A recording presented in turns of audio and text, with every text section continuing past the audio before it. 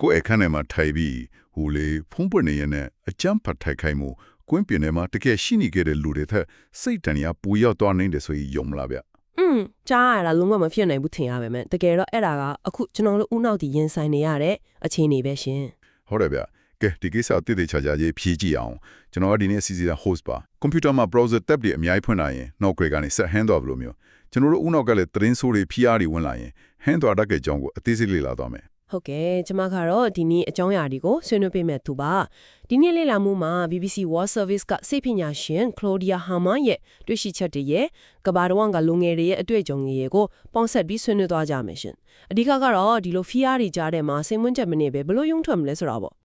စောကပြောတဲ့အကျန်းဖက်တိုက်ခိုက်မှုကိစ္စကိုပြန်ကောက်ရရင်လေ2013 Boston Marathon ဘုံပေါက်ကွေးမှုလေးလံချက်တကူဖတ်လိုက်ရတယ်ဗျဟုတ်ကဲ့ဘာဒီများတွေ့ခဲ့လဲရှင်အဲ့ဒီမှာတနည်းကို6နာရီကျော်တရင်ကြီးနေတဲ့သူတွေကလေအခင်းဖြစ်ပွားရနေရာမှာတကယ်ရှိနေခဲ့တဲ့လူတွေထက်တောင်စိတ်တန်ရာပိုရနေတယ်ဗ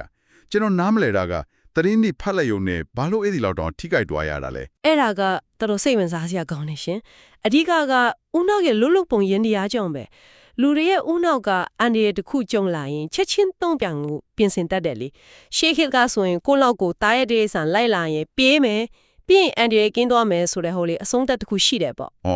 ့ဟုတ်တယ်လေပြေးပြီးပြီးသွားတာပဲကိုအသက်ရှင်မဲမရှင်ရင်တေးမယ်ဒါပေမဲ့ phone screen ပေါ်ကသတင်းဆိုးတွေကိုအဆုံးမရှိပုတ်ဖတ်နေတဲ့အခါကျတော့အစနဲ့အလယ်ပဲရှိပြီးအဆုံးသက်မရှိတော့ဘူးဖြစ်နေတယ်ဟုတ်တာပဲဒီတော့ဦးနောကအန်ဒရီရှိနေတော့မဲဆိုပြီးအမြဲတမ်းတင်းမာနေတဲ့ခြေနေနဲ့ပိတ်မိသွားတာပေါ့ရှင်တကယ်ပါပဲသတင်းတွေမကဘူးဗျာကျွန်တော်ဆိုရင် message ဝင်လာရင်9မိနစ်တွင်ပြန်မပို့ရင်ငါတော့အဆင်မပြေတော့ဘူးဆိုပြီးကိုယ့်ကိုမြဲဖိအားပေးမိတာတိလားအဲ့ဒါမျိုးကလူတိုင်းနှီးပါဖြစ်နေကြတာအဲ့ဒီလိုအမြဲတမ်းနှိုးချနေရတဲ့ခြေနေကနေဦးနောကိုအနာပေးဖို့လိုလေရှင် message တိုင်းကိုချက်ချင်းပြန်စရာမလိုဘူးဆိုတာလက်ခံထားဖို့ကတကယ်အရေးကြီးတယ်ဒီနေရာမှာတကယ်ကိုစိတ်ဝင်စားစရာကောင်းလာတာကလေဖိအားတိုင်းကစိုးတာလားဆိုတော့မဟုတ်ပြန်ဘူးဗျာဘယ်လိုမျိုးကိုပြောချင်တာလဲရှင်ဟုတ်လေဥပမာပြဿနာမခင်စိတ်လှရှားနေတဲ့တရုပ်ဆောင်တရုပ်ဆိုရင်အဲ့ဒီဖိအားကြောင့်ပိုပြီးအာရုံစူးစိုက်မှုကောင်းသွားတယ်မို့လားစိတ်ဖိစီးမှုအနှဲငယ်ရှိနေလားကပိုကောင်းမနေဘူးလားလို့တွေးမိလို့ဒါကအရန်ရေးကြီးတဲ့မင်းဟုပဲစာမေးပွဲဖြေတာတို့ပြဿကတာတို့ဆိုတာကာလတိုဖိအားလေအဲ့ဒါကစွမ်းဆောင်ရည်ကိုတက်စေတာမှန်တယ်ဟုတ်တယ်လေဒါမဲ့ social media ကိုမှသူများတွေနဲ့ကိုယ့်ဘဝကိုမြန်နိုင်ရှင်တရားတဲ့ဖိအားကလုံးဝမတူဘူးရှင်ကာလရှည်ဖိအားခီသွားတာပေါ့ဥမာလေးဒီများရှိမလားဗျာရှိတယ်ရှင်ဘင်္ဂလားဒေ့ရှ်ကယူဇန်ယာဆိုတဲ့လူငယ်လေးအကြောင်းပြောပြမယ်သူဆိုရင်နေရာတရာအတွက်လူ6000လောက်နဲ့ရှင်ပြိုင်နေရတော့တငယ်ချင်းတွေနှုတ်ကြရိတ်ခဲ့ပြီဆိုတဲ့ခန်းစားချက်ကိုအမြဲခန်းစားနေရတယ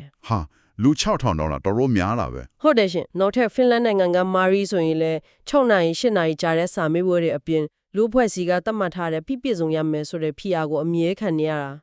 social media မှာကလူတွေရဲ့အကောင့်ဆုံးအခြေအနေကိုပဲကြည့်ပြီးကိုယ့်ရဲ့လက်တွေ့ဘဝနဲ့တွားရှင်နေမိတာကိုဟုတ်တယ်ရှင်အဲ့ဒီလိုအတူအယောင်နိုင်ရှင်မှုတွေကနေလာတဲ့နာရရှိဖိအားကဥနာကိုတကယ်ဒုက္ခပြီးတာပဲဒါဆိုရင်ဗျဒီလိုရှောင်လွဲလို့မရတဲ့ဖိအားတဲ့သတင်းစိုးတွေကိုကျွန်တော်တို့လက်တွေ့ဘလို့ကြိုက်တွေ့ကြမ်းလဲဆိုတာကိုဆွေးနွေးကြည့်အောင်ကောင်းပါပြီရှင်ယူကရိန်းကဆိုနီယာအတွက်တို့လေ့ကျင့်ခန်းလုပ်တာကအထောက်အကူဖြစ်စေတယ်လို့ဆိုတယ်15%တောင်တူတွေကလည်းတာကိုလက်ခံကြတယ်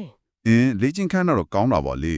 ဒါမဲ့သူတည်နာတွေရဦးနောက်ကိုအမှန်တကယ်အနာရစေတဲ့အကောင်းဆုံးနည်းလမ်းကတော့စာဖတ်ချင်းဖြစ်နေတယ်ရှင်တကယ်လားစာဖတ်တာကဦးနောက်ကိုတကယ်အနာရစေတာလားစိတ်ဝင်စားစရာပဲတခြားလက်တွေ့ကျတဲ့နည်းလမ်းတွေကဘာမှရှိဦးမလဲဗျအကြံပြုချက်3ခုရှိတယ်ရှင်ပထမဆုံးကဟိုလေလို့ဆရာဇာရင်နမတော်မတူတူလေးဆိုတာဘယ်မှကုံဆုံးတာမှမဟုတ်ဘူးဆိုတာကိုလက်ခံလိုက်ဖို့ပဲဟုတ်တယ်အလုပ်တီကွန်ပြတ်သွားမဲ့အချင်းကိုလိုက်ရှာနေတာကထောင်ချုပ်ထို့ပဲရှင်မှန်တယ်ဗျအလုပ်တီဘယ်တော့မှပြပြတ်သွားမှာမဟုတ်ဘူးလို့လက်ခံလိုက်တာနဲ့တင်ဦးနောက်ရဲ့ဝင်ထုတ်ဝင်ဖို့တော်တော်များများရော့ချသွားပြီတော်တော်လေးလွတ်လပ်မှုရောက်သွားမယ်ထင်တယ်အတိအကျပဲရှင်ဒုတိယချက်ကတော့ရာပြပြဆုံးဖို့မကြိုးစားပဲဒီလောက်ဆိုလုံလောက်ပါပြီဆိုတဲ့တတ်မှတ်ချက်ထားဖို့ပေါ့ဒါလည်းအရေးကြီးတယ်ဗျဟုတ်ပါတယ်တတိယအချက်ကတော့အနားယူခြင်းကိုအလေးနဲ့ထားဖို့ပဲရှင်များသောအားဖြင့်ကျွန်တော်တို့ကအနားယူတယ်ဆိုရင်အချိန်ဖြုံးနေတယ်ဒါမှမဟုတ်အရှုံးပေးလိုက်တယ်လို့ထင်တတ်ကြတယ်ဗျအဲ့ဒီအမြင်ကိုပြောင်းရမယ်ရှင်ဒါကိုပိုကျယ်ပြည့်တဲ့ရှုထောင့်ကနေကြည့်ရင်အနားယူတဲ့ဆိုတာကားတစ်စီးကိုအင်ဂျင်ဝိုင်လဲတယ်လို့မျိုးရှေ့ဆက်သွားနိုင်ဖို့မရှိမဖြစ်လိုအပ်တဲ့ပြုပြင်ထိမ့်သိမ့်မှုလုပ်နေတာပဲဖြစ်တယ်မှန်တယ်ပေါ့ဗျာတကယ်တော့လူသားကြီးရဲ့ဦးနောက်ကကဘာတော်ဝန်ကပြဿနာပေါင်းစုံကိုတပြိုင်နက်တည်းသိသိထားဖို့တိဆောက်ထားတာမှမဟုတ်တာလေ လုံးဝမှန်ပါတယ်ရှင်သတင်းစိုးတွေစက်တိုက်ဖတ်တာနှမ်းရှင်တာတွေကကျမတို့ကိုတကယ်ပင်ပန်းစေတယ် ဆိုတော့ဒီနေ့ဆွေးနွေးခဲ့တာလေးကိုပြန်ခြုံကြည့်ရင်ကျွန်တော်တို့ဦးနောက်တွေကဒီလောက်အချက်လက်တွေအများကြီးကိုလက်ခံနိုင်စွာမရှိဘူးဆိုတာသိချသွားပြီ စိတ်အချမ်းသာဆုံးလူတွေဆိုတာအရာရာကိုသိနေတဲ့သူတွေမဟုတ်ဘူးလေ ကိုယ့်ဦးနောက်ကိုဒုက္ခပေးမဲ့အချို့သောအရာတွေကိုကြမင်တက်တက်လစ်လူရှုတတ်ဖို့တင်ယူထားနိုင်သူတွေပဲဖြစ်လိမ့်မယ်ဆိုတာပါပဲ တကယ်ကို စဉ်းစားစရာပါပဲဗျာအရာရာကိုသိဖို့မကြိုးစားပဲကချို့အရာတွေကိုတမင်လစ်လူရှုတတ်ဖို့ တင်ယူကြအောင်လို့အကြံပေးရင်ဒီနေ့အစီအစဉ်လေးကိုဒီမှာပဲရပ်လိုက်ကြအောင်ဗျာ